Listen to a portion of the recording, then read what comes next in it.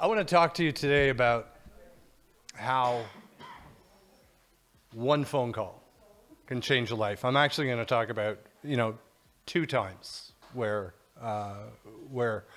one person changed my life. Many years ago, I started working in the funeral industry with a young man sitting in the back there. Started working for a large funeral home in the city and started working for a sister company that this funeral home owned. And it was a mortuary service.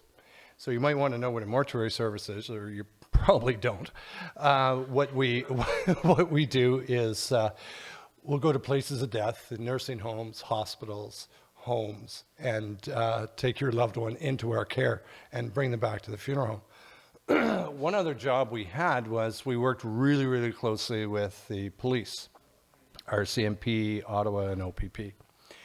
And a lot of the general public is not aware of this, but when there's a murder in this city, when there's a car accident in this city, or whenever you hear that somebody is found, it's us that go do that. You see a lot in movies and shows like, CSI, and, you'll think it's the police that do that sort of job. Well, it's us that do that sort of job. So I did that for a while and really got to really see how human beings can be so cruel to one another. I've been to murder scenes and car accidents and suicides, and the oldest suicide victim I looked after was 85. The youngest was 10. And during that time, it started to affect me. And I would do what most males did to kind of continue on with my job. I used drugs and alcohol. And used that in my day-to-day life for probably about 25 years. There was many times that I decided to kill myself, and I don't know why, but I find this kind of funny. There was one day that I decided, you know what, this is it. I've had enough. This is it. And I went down to the basement in my home, and I figured, well, okay, if I'm going to do this, I'm going to have to get really, really drunk. So I did, and just kept on drinking and passed out and basically forgot to kill myself that day. but it's evident to me that it was the alcohol that saved my life that day. So there was, after being married for a number of years and not being a very good husband, not being a very good father, I decided that I was going to pick a day. It was going to be January 7th. And I think it was January 7th, 2016, 2017. Doesn't really matter anyway. But I had decided that I was going to really plan out for this. So I went out, scouted out locations, found a location, bought a real good insurance policy, decided, I was going to go overboard on Christmas gifts and Christmas parties. And then January 7th come around, and I woke up like I normally did, had breakfast, kissed my wife goodbye, drove my son to school, and off I drove into a park. And had my last cigarette, and I figured, okay, it's time to do this thing. So I opened my car door, and I couldn't get out of my car. I kind of felt like there was these arms around me, and I could actually, in my head, I could hear this voice saying, "It's going to be okay. I've got you. Make that call." And I can remember during that time, even before that, I would tell other people who were going through mental distress, hey, you know what, reach out, call somebody, call me. I wasn't taking the advice that I'd given other people. So I'm sitting there for a little while, and I figured, okay, I'm going to make a call. I'm going to call my doctor. And I chose my doctor because I knew he wouldn't answer the phone, right? So anyway, I called, so I got his number, and I pressed that green little button on my phone, and the call went off, and somebody answered the phone. off one ring. And like, when do you ever call your doctor's office and they ever answer the phone? So I'm sitting there for a little while and I could hear this woman going, hello, hello, hello. And I finally told her, I said, hey, you know, my name's Michael. I'm Dr. Cregan's patient, going through a tough time. And I can kind of hear her going through her book. And, well, you know, he's really kind of booked up and won't be probably till about February you could see him. She said, you know, unfortunately, I have to ask you this question. Are you suicidal? And I said, well, I'm sitting in a park and I've got a rope in the back of my car. And she put me on hold right away. But a minute later, doctor comes on. He says, where are you? And I told him where I was. He said, are you well enough to drive your own vehicle? Because if you're not, I'm going to call an ambulance for you. I said, no, I'm good. He said, okay, where are you again? And I told him. And he said, okay, that should only take you 10 minutes to get here. If you're not here in 10 minutes, I'm calling the police. So off I drove. And I went into his office. We sat and talked. He then sent me off for tests. And I was diagnosed with severe depression and PTSD.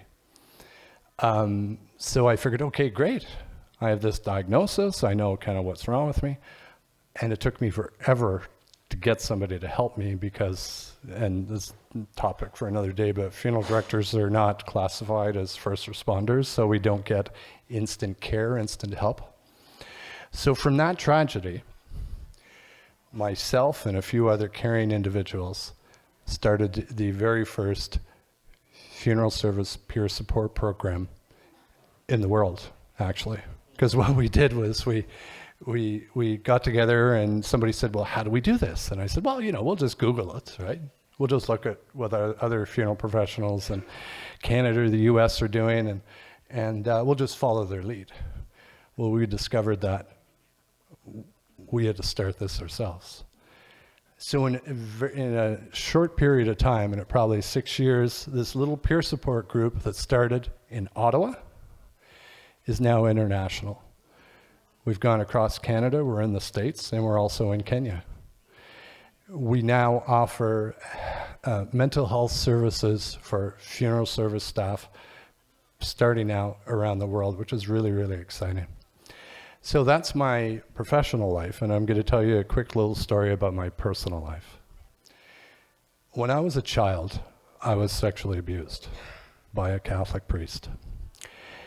And like most people do with trauma like that, when I broke free from it, what I did, and an awful lot of other victims say the same thing, you take that and you lock it in a safe.